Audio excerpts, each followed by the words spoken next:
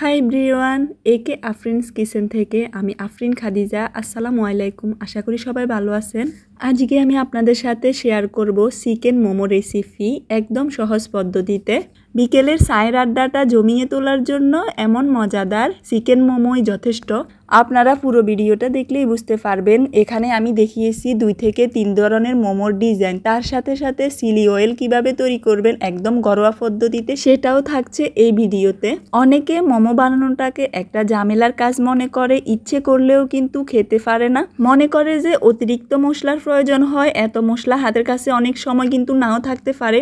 আমি আপনাদেরকে বলছি পুরো ভিডিওটা দেখলে বুঝতে পারবেন। আমি মাত্র ঘরোয়া কিছু উপকরণ দিয়েই মোমোটা আমি তৈরি করছি, তো দেখতে থাকেন রেসিপিটা, আশা করি ভালো লাগবে। মোমো বানানোর জন্য শুরুতেই দেখিয়ে দিচ্ছি মোমোর ভেতরে যে পুরটা বানাতে হবে ওটার জন্য মুরগির মাংস নিয়ে নিছি 200 গ্রাম। মুরগির হাড় ছাড়া যে মাংসটা আছে মানে বুকের মাংসটাই আমি নিয়ে নিছি। আপনারাও চেষ্টা করবেন হাড় ছাড়া যে মাংসগুলো থাকে বুকের মাংস ওইগুলো দিয়ে পুরটা তৈরি করার জন্য। একটা ব্লেন্ডার জগে মাংসগুলোকে দিয়ে দিচ্ছি। রসুন বাটা 1/2 টেবিল চামচ, আদা বাটা 1/2 টেবিল চামচ, কাঁচা মরিচ 1 টেবিল চামচ বা 2 থেকে 3টা, শুকনো মরিচ দিয়ে দিচ্ছি 1 টেবিল চামচের মতো করে। হাতের কাছে শুকনো মরিচটা থাকলে অবশ্যই দেওয়ার চেষ্টা করবেন, এটার ফ্লেভার অনেক বেশি ভালো আসে। টমেটো সস দিয়ে দিচ্ছি আমি 2 টেবিল চামচ মতো। গুঁড়ো মরিচ দিয়ে দিচ্ছি 1 টেবিল চামচ করে, যেহেতু আমি জাল জাল করে পুরটা তৈরি করব। এখানে স্বাদ মশলা দিয়ে দিচ্ছি 1 টেবিল চামচ। বাসায় স্বাদ মশলা না থাকলে আপনারা যে ম্যাগি মশলাটা আছে ওইটাও দিতে পারেন, ওইটাও যদি না থাকে সাধারণত মাংস রান্না করার জন্য যে মশলাটা থাকে ওইটা দিয়ে দিবেন 1 টেবিল চামচ। লবণ দিয়ে দিচ্ছি স্বাদ মতো, মানে 1/2 টেবিল চামচ। আপনারা চাইলে আপনাদের পছন্দ মতো লবণটা দিতে পারেন। ধনিয়া পাতা দিয়ে দিছি আমি এখানে অনেক বেশি পরিমাণ। ধনিয়া পাতাটা একটু বেশি পরিমাণ দেওয়ার চেষ্টা করবেন, তাহলে ফ্লেভারটা অনেক বেশি ভালো আসে। এখন সবগুলোকে আমি একসাথে ব্লেন্ড করে নেব। আপনারা চাইলে ফাটায়ও বেটে নিতে পারেন। দেখেন আমি ব্লেন্ড করার পরে নিয়ে আসছি, খুব সুন্দরভাবে এগুলো ব্লেন্ড হয়ে গেছে। এখন একটা বাটিতে সবগুলোকে নিয়ে নেব। আপনাদের হাতের কাছে যদি ব্লেন্ডার মেশিনটা না থাকে তাহলে আপনারা ফাটায় বেটেও এটাকে মিক্স করে নিতে পারেন। দেখেন আমি একদম পেস্ট করি নাই, এভাবে করে নিচ্ছি। আপনারা কিন্তু পানি অ্যাড করবেন না। দেখেন খুব সুন্দর একটা পুর হয়েছে। এখন আমি চলে যাব দ্বিতীয় স্টেপে। একটা মিক্সিং বলে দিয়ে দিচ্ছি 1 কাপ পরিমাণ ময়দা, এর ভিতর দিয়ে দিচ্ছি 2 টেবিল চামচ সয়াবিন তেল, লবণ দিয়ে দিচ্ছি 1/2 টেবিল চামচের থেকেও কিছুটা কম। আপনারা আপনাদের স্বাদ অনুযায়ী লবণটা দিতে পারেন। এখন হাত দিয়ে এগুলাকে খুব ভালোভাবে মুথে নিয়ে একটা ডো তৈরি করব। এখানে একটু একটু করে পানি দিতে হবে, একসাথে অনেক পানি দিয়ে দিতে হবে না, একটু একটু করে পানি দিয়ে এটাকে খুব সুন্দরভাবে মুথে নিয়ে একটা ডো তৈরি করতে হবে। দেখেন এটা তৈরি হয়ে গেছে। এখন আমি 10 মিনিটের জন্য রেস্টে রেখে দেব। আপনাদের হাতে যদি বেশি সময় থাকে তাহলে 15 মিনিটের জন্য রাখতে পারেন। এটা রেস্টে রাখলে কি হয়, অনেক বেশি সফট হয়। এখন চলে যাব আমি তৃতীয় স্টেপে। মোমোর সাথে খেতে কিন্তু চিলি অয়েলটা অবশ্যই লাগে, তার জন্য চলে আসছি চুলায়। একটা ফ্যান বসিয়ে দিয়েছি চিলি অয়েলটা তৈরি করার জন্য। দিয়ে দিচ্ছি এখানে 1/2 কাপ পরিমাণ সয়াবিন তেল। তেলটা যখন গরম হয়ে গেছে এর ভিতর দিয়ে দিচ্ছি 1/2 কাপ পরিমাণ রসুন কুচি। আমি আস্ত বড় একটা রসুনকে একদম ছোট ছোট করে টুকরো করে নিয়ে নিছি। এগুলাকে এখন তেলের ভিতর ভেজে নেব প্রায় 1 মিনিট পর্যন্ত। অবশ্যই চুলার আঁচটা মিডিয়ামে রেখে ভাজতে হবে। যখন দেখবেন রসুনের কুচিগুলো বাদামি কালার হয়ে যাবে তখন একে একে সবগুলো উপকরণ দিয়ে দিতে হবে। আমি এভাবে একটা হাতা দিয়ে নেড়ে ছেড়ে এগুলাকে খুব সুন্দরভাবে ভেজে নিচ্ছি। এর ভিতর দিয়ে দিচ্ছি চিলি ফ্লেক্স 1/2 কাপ পরিমাণ বা শুকনো মরিচ কুচি। এটা দিলে কিন্তু চিলি অয়েলের ফ্লেভারটা অনেক বেশি ভালো আসে, তাই এটা অবশ্যই দেওয়ার চেষ্টা করবেন। এখন একটা হাতা দিয়ে আমি আবারও এটাকে নেড়ে ছেড়ে দিয়ে দিচ্ছি। আমি একদম ঘরোয়া পদ্ধতিতেই আপনাদের সাথে আজকে মোমো রেসিপিটা শেয়ার করছি। এখানে দিয়ে দিচ্ছি 1/2 কাপ পরিমাণ পানি, দিয়ে দিচ্ছি 1 টেবিল চামচ গুঁড়ো মরিচ। মরিচটা আপনাদের অবশ্যই পছন্দ মতো দেওয়ার চেষ্টা করবেন। টমেটো সস দিয়ে দিচ্ছি 3 টেবিল চামচ পরিমাণ মতো। লবণ দিয়ে দিচ্ছি 1/2 টেবিল চামচ। লবণটাও আপনাদের স্বাদ মতো দেওয়ার চেষ্টা করবেন। আবারও একটা হাতা দিয়ে এটাকে নেড়ে ছেড়ে দিয়ে দিচ্ছি। অবশ্যই চুলার আঁচটা কমিয়ে দিয়ে চিলি অয়েলটা তৈরি করতে হবে। আমি দেখছি অনেকে শুধু তেল দিয়েই চিলি অয়েলটা তৈরি করে, কেন জানি আমার মনে হয় এটা স্বাস্থ্যের জন্য অনেক বেশি ক্ষতিকারক। শুধু তেল দিয়ে যদি মোমোর এই চিলি অয়েলটা তৈরি করা হয়, আপনারা চাইলে এর মধ্যে কিন্তু লেবুর রসটা এই মুহূর্তে দিয়ে দিতে পারেন, কিন্তু আমি এখন দিই নাই। আমি খাওয়ার আগেই লেবুর রসটা দিয়ে থাকি, তখন কিন্তু চিলি অয়েলের ফ্লেভারটা অনেক বেশি ভালো আসে। তবে লেবুর রসটা অবশ্যই দিতে হবে। রান্না করার সময় দিলেও দিতে পারেন বা খাওয়ার আগেও দিতে পারেন। দেখেন 2 মিনিট পর্যন্ত হালকা আছে এগুলাকে রান্না করার পর আমার চিলি অয়েলটা একদম রেডি। এখন চলে যাব আমি আগে থেকে যে ময়দার ডোটা করেছিলাম ওইটা থেকে এখন মোমোর জন্য ছোট ছোট লেচি তৈরি করব। এখানে বড় আকারের দুইটা শুরুতে আমি রুটি তৈরি করব। দেখেন দুইটা নিয়ে নিছি। এখন একদম বড় করে দুইটা রুটি তৈরি করে নেব। দেখেন আমি এটাকে খুব সুন্দর করে মুথে নিচ্ছি আবারও। এই যে এখন একটা বেলুন দিয়ে এটাকে খুব সুন্দরভাবে বড় একটা রুটি তৈরি করে নেব। এই রুটিটা তৈরি করার পরে আপনারা চাইলে কিন্তু সরাসরি মোমোর জন্য ছোট ছোট রুটিও তৈরি করতে পারেন। যেহেতু আজকে আমি অনেকগুলো তৈরি করব তার জন্য শুরুতেই বড় বড় করে দুইটা রুটি তৈরি করার পরে তারপর মোমোর জন্য ছোট ছোট রুটিগুলো তৈরি করব। এখানে আপনারা কিছুটা ময়দা দিয়ে রুটিগুলো তৈরি করতে পারেন, যেহেতু হাতে লেগে যেতে পারে। হাতে না লাগার জন্য আপনারা কিছুটা ময়দা এখানে ব্যবহার করতে পারেন।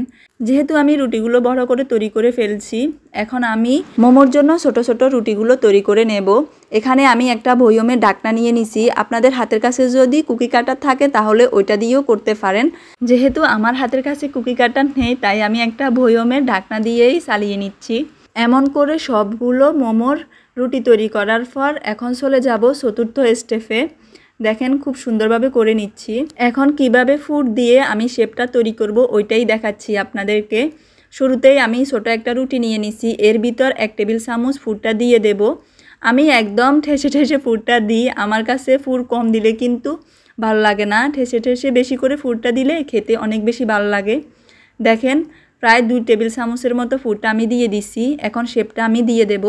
এভাবে শুরুতেই একটা কোণাকে এভাবে করে সেফে দিতে হবে।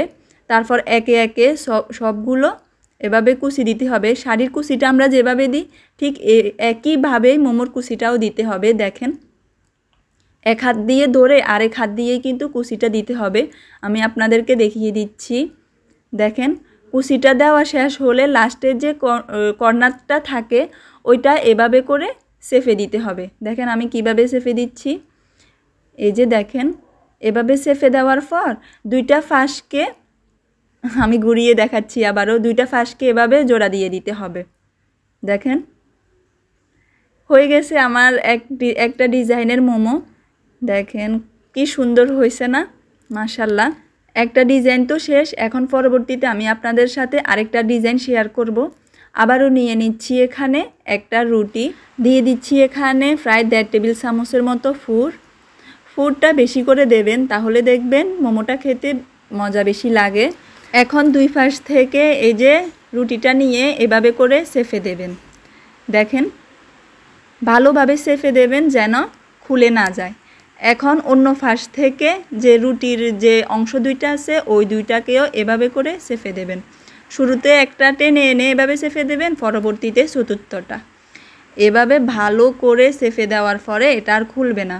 এখন চারপাশে যে কর্নার সাইডটা আছে ওই সাইডটাকেও ভালো করে সেফে দিতে হবে। অবশ্যই হালকা হাতে ধরে সেফে দিতে হবে, তা না হলে কিন্তু ছিঁড়ে যেতে পারে বা ফুলটা বেরিয়ে আসতে পারে। দেখেন এভাবে ভালো করে হালকা হাতে সেফে দিতে হবে। হয়ে গেছে আমার দ্বিতীয় ডিজাইনের মোমো। কিউট না? আপনারা চাইলে এভাবে বিভিন্ন ধরনের ডিজাইনের মোমো তৈরি করতে পারেন। আমি সবগুলো মোমো তৈরি করে ফেলছি। এখন একে একে সবগুলোকে বাফে দেওয়ার ফালা।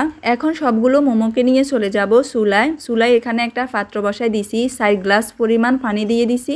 পানিটা যখন খুব সুন্দরভাবে ফুটে উঠবে তখন এর ভিতর দিয়ে দেব বড় একটা স্ট্রেনার। আমি অপেক্ষা করতেছি কতক্ষণে পানিগুলো ফুটে উঠে। আপনারা অবশ্যই পানিটার ভিতর যখন 2 থেকে 3 বার বলক উঠে আসবে তখন এভাবে একটা স্ট্রেনার দিয়ে দিবেন বা ছাঁকনি।